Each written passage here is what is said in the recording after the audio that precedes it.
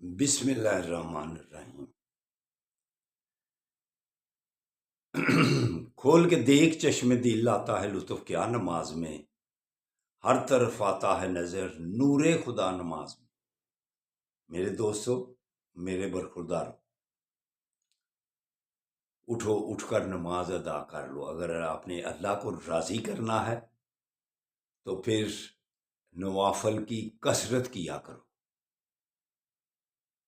جو آدمی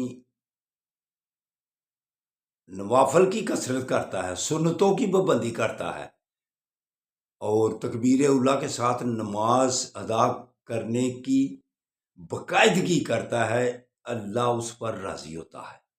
سجدے کی حالت سب سے زیادہ اگر اللہ کو پسند ہے تو وہ سجدے کی حالت ہے، جب آدمی زمین پر سر رکھ دیتا ہے اور سبحان ربی الاعلیٰ کہتا ہے۔ سبحان ربی الاعلیٰ، یہ بہت بڑے الفاظ ہیں، اللہ کو یہ سب سے زیادہ پسند ہے۔ آقا صلی اللہ علیہ وسلم کا فرمانے علی شان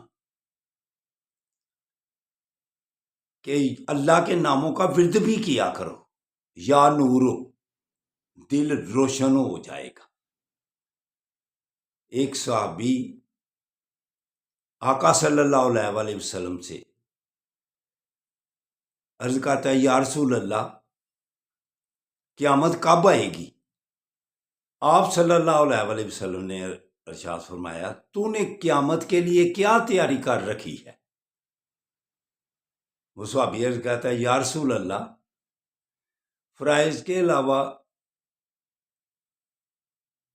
کم ہی عبادت کرتا ہوں، لیکن ایک یہ بات ہے کہ اللہ اور اللہ کے رسول سے محبت کرتا ہوں۔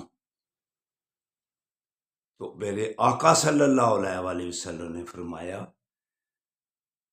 جس سے آدمی محبت کرتا ہے قیامت میں اسی کے ساتھ ہی اٹھایا جائے گا۔ تو میرے دوستوں، میرے برخورداروں،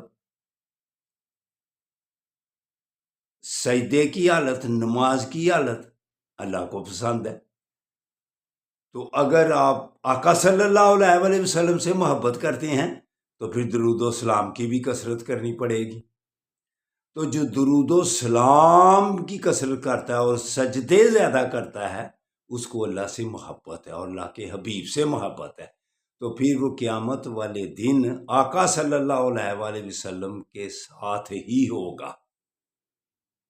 تو میرے دوستوں، میرے برخورداروں، نماز بھی مت چھوڑو اور درود بھی، سلام بھی مت چھوڑو۔ درود بھی پڑھو اور سلام بھی پڑھو۔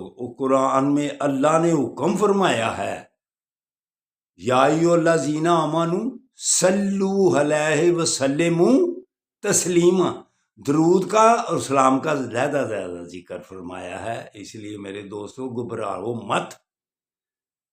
قبر میں جب سوال ہوگا نا، یہ کون ہے؟ یہ محمد صلی اللہ علیہ وسلم ہیں، ان کے مطلب کیا کہا کرتا تھا؟